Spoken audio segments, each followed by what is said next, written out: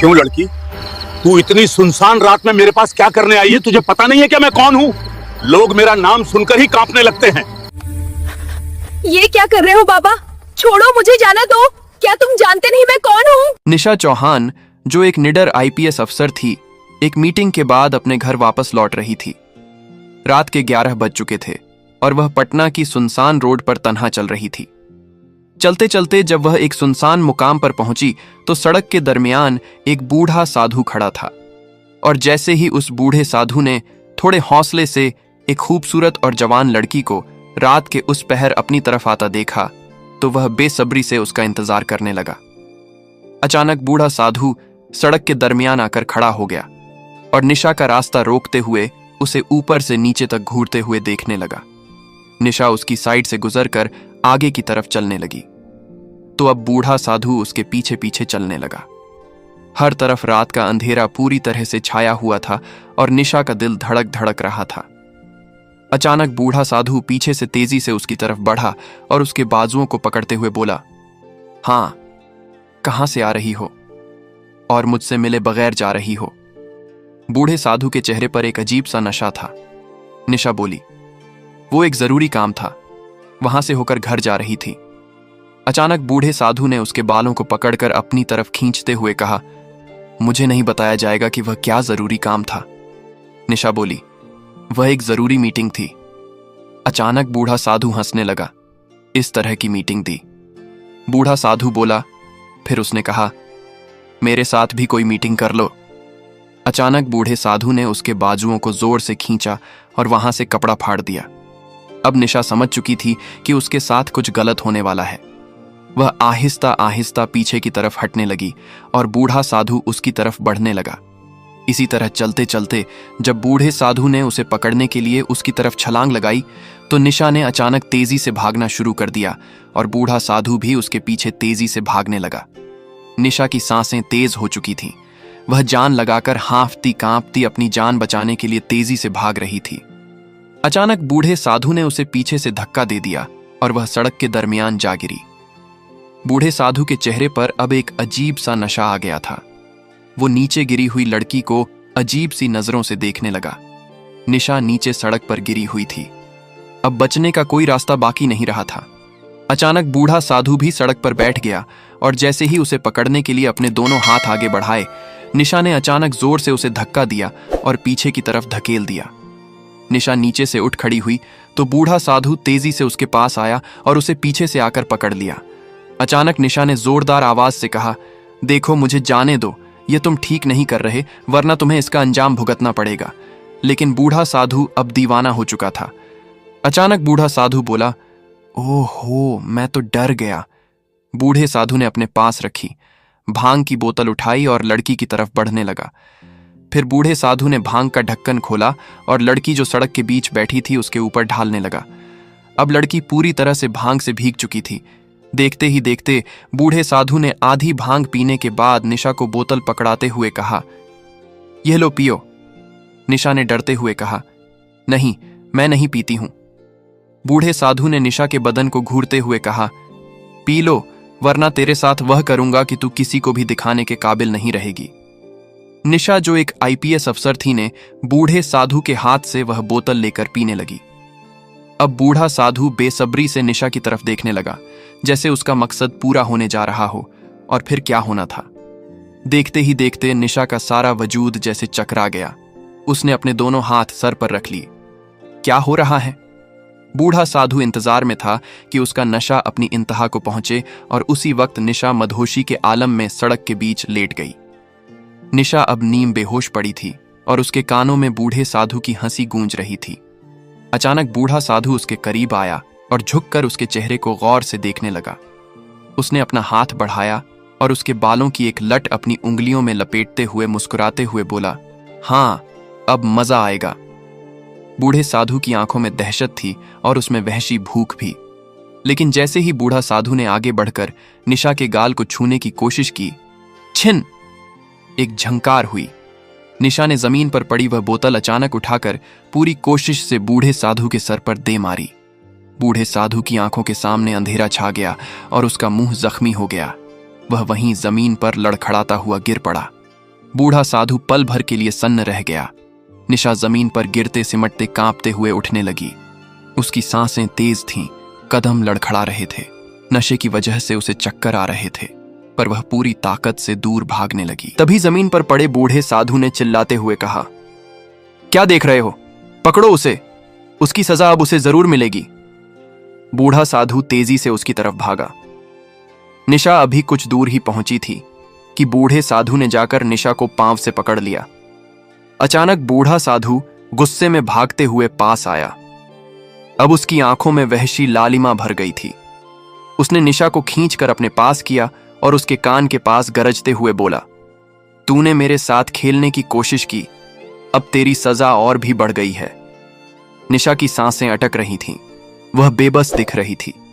फिर बूढ़ा साधु उसे बांह से पकड़कर खींचते हुए जंगल की तरफ ले जाने लगा। निशा ने खुद को छुड़ाने की कोशिश की, लेकिन बूढ़े साधु ने और मजबूती से उसे पकड़ लिया और खींचते हुए जंगल में एक पुरानी कोठी के करीब ले आया। निशा समझ चुकी थी कि अब उसके साथ कुछ गलत होने वाला है। तभी बूढ़े साधु ने कोठी का दरवाजा खोला और निशा को अचानक कोठी के अंदर धक्का दे दिया। अब रात का आखिरी पहर था। सुनसान जंगल और कोठी के अंदर पड़ी हुई जवान और खूबसूरत निशा और अपना बदला लेने तथा मन की आग बुझाने के लिए आतुर बूढ़ा साधु।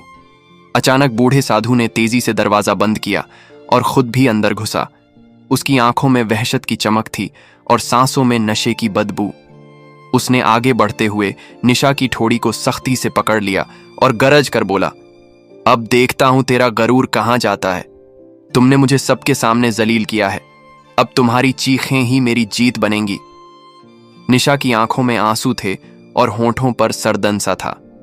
वह खुद को कोने में समेटने लगी और जैसे ही बूढ़ा साधु झपटने ही वाला था, निशा की नजर सामने रखे पुराने लकड़ी के तख्ते पर पड़ी। वहां एक लंबा हथियार सा डंडा रखा था। बूढ़ा साधु ने झुककर उसका चेहरा छूने की कोशिश की, लेकिन निशा ने पूरी ताकत से वह डंडा उठाया और सीधे उसके जबड़े पर दे मारा। बूढ़ा साधु एक भयानक चीख के साथ पीछे हटा और उसका मुंह लहूलुहान हो गया। निशा ने एक पल में बिना दरवाजा खोले अंधाधुंध भागना शुरू कर दिया। रात के सुनसान भरे जंगल की राह पर वह नंगे पांव दूर भाग रही थी। पीछे बूढ़ा साधु पीछा कर रहा था।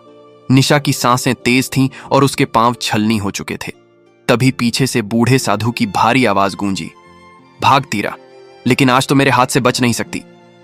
वह पागलों की तरह जवान निशा को दबोचने के लिए पीछा कर रहा था। निशा ने चारों तरफ निगाह दौड़ाई तो जंगल के किनारे उसे एक पुराना सा गेट दिखा। गेट आधा खुला था और भीतर बस अंधेरा ही अंधेरा था। यह पटना के करीब कोई पुराना खंडहर सा कारखाना था। निशा के कदम अपने आप उस तरफ बढ़ चले। वह लड़खड़ाती हुई जैसे ही भीतर घुसी, वहां टूटी फूटी ईंटें और जंगालूदा मशीनें बिखरी पड़ी थीं। निशा एक मशीन के पीछे जाकर हांफती हुई छिप गई। उसका दिल जोर जोर से धड़क रहा था, जिसने सुनसान रात को और भी दहशतनाक बना दिया था। कुछ पल बाद गेट धड़ाम से खुला और बूढ़ा साधु अंदर घुस आया। उसके कदमों की आहट गूंज रही थी। कहां छिपी है? उसकी आवाज कारखाने की दीवारों से टकराकर गूंजी। निशा अपने होंठ दांतों में दबाए सांस रोके बैठी थी। बूढ़ा साधु धीरे धीरे कदम बढ़ाता हुआ अंधेरे में इधर उधर देख रहा था। तभी उसने नीचे से जंग लगी लोहे की सलाई उठाई और उसे जमीन पर रगड़ते हुए आगे बढ़ने लगा। और अचानक एक आहट सुनकर बूढ़ा साधु जोर से हंसा। तभी अचानक वही लड़की एकदम अपना चेहरा बूढ़े साधु की तरफ घुमाकर बोली, देखो, तुम यह सब ठीक नहीं कर रहे। जो तुम अब करने वाले हो उसका अंजाम तुम्हारे साथ बहुत बुरा होगा। कानून तुम्हें इसकी सजा देगा। बूढ़ा साधु हंसते हुए बोला, अरे पागल लड़की, क्या तू अभी भी सोचती है कि मैं तुझे ऐसे ही जाने दे दूंगा? आखिर मैं एक साधु हूं। कानून वही है जो मैं चाहूं, और अभी इस वीरान जगह पर कोई तेरी चीखें सुनने वाला नहीं। निशा डरते डरते वहां से उठ खड़ी हुई। अब बूढ़ा साधु नजदीक आकर उसके शरीर की खुशबू सूंघने लगा। अचानक निशा ने एकदम बूढ़े साधु को जोर से पीछे की तरफ धक्का दिया और कारखाने से बाहर निकल आई। फिर तेजी से एक बार फिर दूर भागने लगी। लेकिन अभी वह कुछ दूर ही पहुंची थी कि जंगल की राह पर बूढ़ा साधु रास्ता रोककर उसके सामने खड़ा था। निशा दूसरी तरफ भागना चाही तो बूढ़ा साधु पहले ही वहां पहुंच चुका था। अब निशा के लिए तमाम रास्ते बंद हो गए थे। उसने डरते डरते अपनी आंखें बंद कर लीं। दोनों हाथ अपनी आंखों पर रख लिए।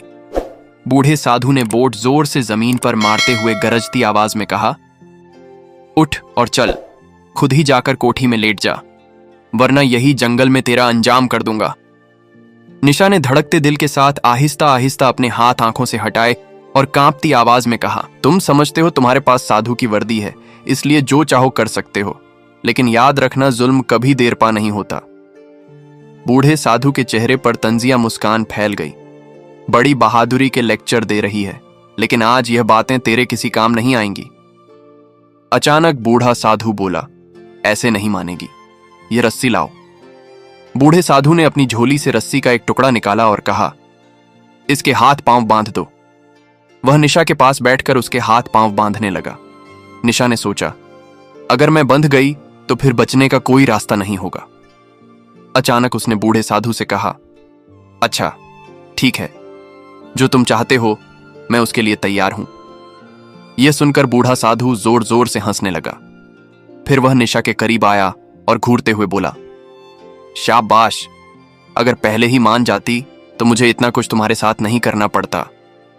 बूढ़े साधु के करीब आते ही जैसे वह वारफ्ता में हार मान चुकी हो। बूढ़ा साधु पूरी तरह मुतमिन था कि अब यह लड़की उसके काबू में आ गई है। अब तू खुद ही तैयार है, फिर रस्सी की जरूरत नहीं, बस सीधे कोठी में बैठ जा। अब निशा उस सुनसान जंगल और अंधेरी रात में कोठी की तरफ चलने लगी। बूढ़ा साधु भी अपना मकसद पूरा करने के लिए उसके पीछे पीछे बेसब्री से चलने लगा। कोठी के पास पहुंचते ही निशा ने कोठी का दरवाजा खोला और फिर एकदम मुड़कर बूढ़े साधु से बोली, देखो, मैं तुम्हारी बात मान तो रही हूं, लेकिन मैं तुम्हें यह एक बार फिर बता रही हूं कि इसका अंजाम तुम्हारे साथ बहुत बुरा होगा। बूढ़ा साधु झरभरी मुस्कान के साथ बोला, हां हां, अंजाम अब तेरा अंजाम मेरे हाथों में है, बाकी किसी अंजाम की फिक्र छोड़ दें। निशा ने आहिस्ता आहिस्ता कदम अंदर कोठी में रखे। बूढ़ा साधु झुककर उसके करीब होते हुए तंजिया अंदाज में बोला, शाबाश, बहुत अक्लमंद हो गई हो। और जैसे ही बूढ़ा साधु कोठी के अंदर दाखिल होने लगा, उसी वक्त पीछे से एक और गाड़ी वहां आ गई। बूढ़ा साधु ने जब गाड़ी को देखा तो दरवाजा बंद करके जल्दी से उस गाड़ी की तरफ चला आया। निशा कोठी के अंदर ही थी। बूढ़ा साधु जाकर गाड़ी में बैठे शख्स से बात करने लगा। इससे पहले कि निशा बाहर निकलकर गाड़ी के पास आती, गाड़ी वहां से निकल गई। अब बूढ़ा साधु वापस कोठी की तरफ मुड़ रहा था। इतने में निशा ने जल्दी से दरवाजा खोला और बाहर निकलकर बूढ़े साधु के पास आकर उसका हाथ थामते हुए बोली, हां, अब क्या हुआ? निशा ने प्यार भरी निगाहों से उसकी तरफ देखा और उसे अपने गले से लगाते हुए बूढ़े साधु के चेहरे पर एक मुस्कान आ गई। बूढ़ा साधु तुरंत अपनी कोठी की तरफ गया और वहां से एक फल निकालकर निशा के हाथ में पकड़ा दिया। निशा वहीं जंगल की राह पर बैठ गई और फल खाने लगी। बूढ़ा साधु जो आतुर होकर खड़ा था, उसका सब्र टूट गया। उसने निशा से कहा, जल्दी खाओ, वक्त नहीं है। निशा ने अपने आप से कहा, लगता है अब इसको ज्यादा रोकना मुमकिन नहीं, अब मैं क्या करूं? फिर वह डरते डरते राह से उठ खड़ी हुई। अंधेरी रात और सुनसान जंगल का सन्नाटा खौफ पैदा कर रहा था। बूढ़ा साधु अब पूरी तरह से तैयार था। उसकी आंखों में हवस भरी चमक थी। अचानक बूढ़ा साधु आगे बढ़कर निशा के बाजू को मजबूती से पकड़ता है और भारी सांस लेते हुए बोला, चलो, अब तमाशा बहुत हो गया, समय बर्बाद मत करो।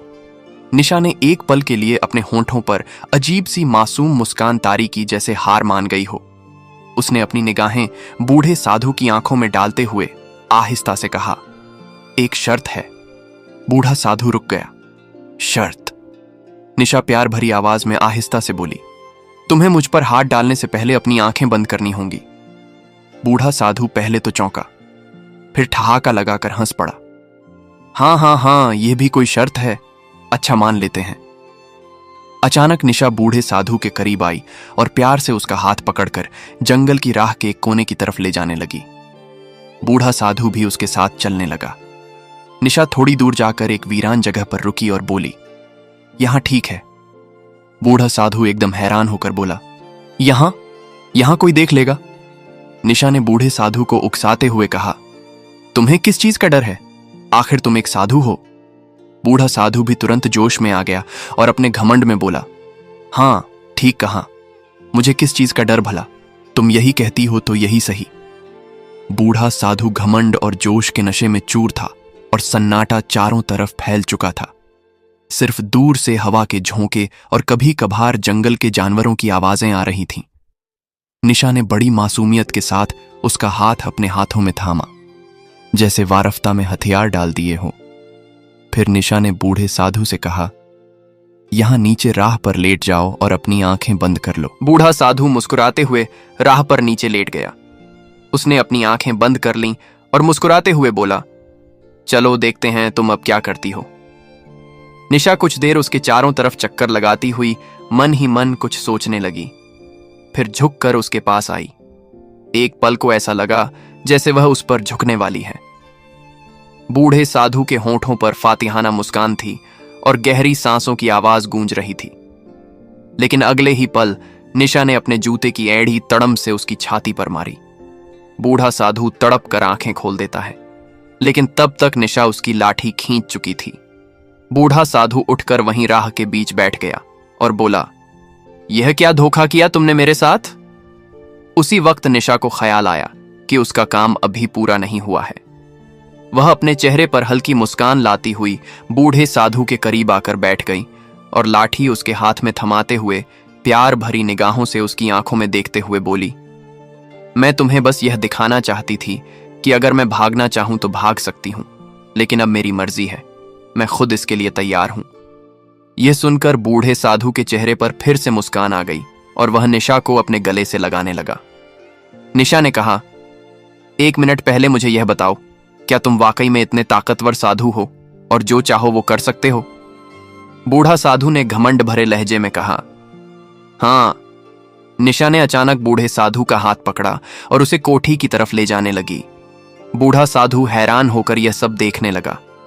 चलते चलते वह दोनों कोठी के पास पहुंचे। अब उस सुनसान जंगल में रात का आखिरी पहर था और वहां सिर्फ निशा और बूढ़ा साधु मौजूद थे। जैसे ही वह कोठी के पास पहुंचे, निशा अचानक कोठी के अंदर दाखिल हुई और वहां से एक लाल रंग का दुपट्टा उठा लिया। निशा अब अपने असली मकसद की तरफ बढ़ रही थी। उसने कहा, मैं नहीं मानती कि तुम इतने पावरफुल हो और यह सब कर सकते हो। बूढ़ा साधु, जो अपने पद के घमंड में चूर होकर बोल रहा था, कुछ समझ नहीं पाया और अपने मोबाइल से निशा को उन सब लड़कियों की तस्वीरें दिखाने लगा जिनके साथ उसने गलत काम किए थे। वो बड़े घमंड से अपने गुनाह गिनाने लगा। कल मैंने ऐसा किया, परसों वैसा किया, मुझे पकड़ने वाला कौन है? आखिर मैं एक साधु हूं। निशा चुपचाप उसकी सारी बातें सुनती रही और फिर बूढ़े साधु के करीब जाकर बोली, वाह, तुम तो बहुत बहादुर निकले। उसने बूढ़े साधु से कहा, आओ, मैं अब तुम्हारी बहादुरी देखना चाहती हूं। वो बूढ़े साधु को उसी सुनसान जंगल में दूसरी तरफ ले जाने लगी। बूढ़ा साधु भी खुशी खुशी उसके साथ चल रहा था। वहां पहुंचकर निशा हंसते हुए बोली, तो क्या कह रहे थे? बाबा जी, तुम्हें पकड़ने वाला कोई नहीं। यह कहते ही उसने अपने कपड़ों के अंदर छुपा हुआ कैमरा बाहर निकाला। वही कैमरा जिसमें बूढ़े साधु के सारे गुनाह, उसके घमंड भरे इकरार और हर खुदगर्ज हरकत रिकॉर्ड हो चुकी थी। बूढ़े साधु के चेहरे का रंग उड़ गया। वह घबराहट में तेजी से निशा की तरफ लपका ताकि कैमरा छीन सके, पर उससे पहले ही एक जोरदार थप्पड़ उसके मुंह पर पड़ा। अब वहां खड़ी लड़की वह बेबस निशा नहीं थी, बल्कि एक बहादुर आईपीएस अफसर अपने असली रूप में सामने आ चुकी थी। उसी समय पीछे से 2 काली जीपों की हेडलाइट्स चमकी, धुआं उड़ाता हुआ ब्रेक की चीख गूंजी और अगले ही पल कमांडोज की टीमें गाड़ियों से बाहर निकल आईं। निशा ने हाथ का इशारा किया और देखते ही देखते बूढ़े साधु को जमीन पर दबोचा गया। बूढ़े साधु की टांगें काम न आने लगीं। कांपती आवाज में उसने कहा, यह लड़की झूठ बोल रही है। निशा उसके पास आई और एक और जोरदार थप्पड़ मारते हुए गर्व से बोली, तुम्हें पता है मैं कौन हूं? मैं आईपीएस अफसर हूं और यह टीम मेरे हुक्म पर यहां आई है। तुम समझ रहे थे कि यह खेल तुम मेरे साथ खेल रहे हो? असल में यह खेल मैंने तुम्हारे साथ खेला है। मुझे तुम्हारी दरिंदगी और लड़कियों के साथ गलत कदमों का पता चला, इसलिए मैंने खुद यहां आकर तुम्हें हाथों पकड़ने का फैसला किया ताकि तुम खुद अपने मुंह से इकरार करो और तुम्हें जल्द सजा दिलवा सकूं। निशा ने फिर अपना कार्ड जेब से निकालकर बूढ़े साधु के मुंह के सामने लहराया। बूढ़े साधु की आंखें हैरानी और डर से भर आईं। निशा ने लात मारकर बूढ़े साधु को जमीन पर गिरा दिया और आदेश दिया, ले जाओ उसे मेरी नजरों के सामने से। कमांडोस ने बूढ़े साधु को गाड़ियों में डाल दिया और हवाले जेल में ट्रांसफर कर दिया गया। यह कहानी हमें सिखाती है कि साहस, बुद्धिमानी और दृढ़ संकल्प के साथ कोई भी व्यक्ति बड़ी से बड़ी बुराई का सामना कर सकता है और अंत में न्याय की हमेशा जीत होती है। दोस्तों, यह कहानी केवल मनोरंजन और शिक्षा के उद्देश्य से बनाई गई है। इसमें दिखाए गए सभी पात्र, घटनाएं और संवाद काल्पनिक हैं। किसी भी वास्तविक व्यक्ति, संस्था या घटना से इनका कोई संबंध नहीं है। कृपया इसे केवल कहानी के रूप में देखें और इसका आनंद लें। हम किसी की भावनाओं को ठेस पहुंचाना नहीं चाहते। अगर कहानी अच्छी लगी हो तो प्लीज हमारे चैनल ट्रू स्पार्क को सब्सक्राइब और वीडियो को एक लाइक जरूर करें। धन्यवाद।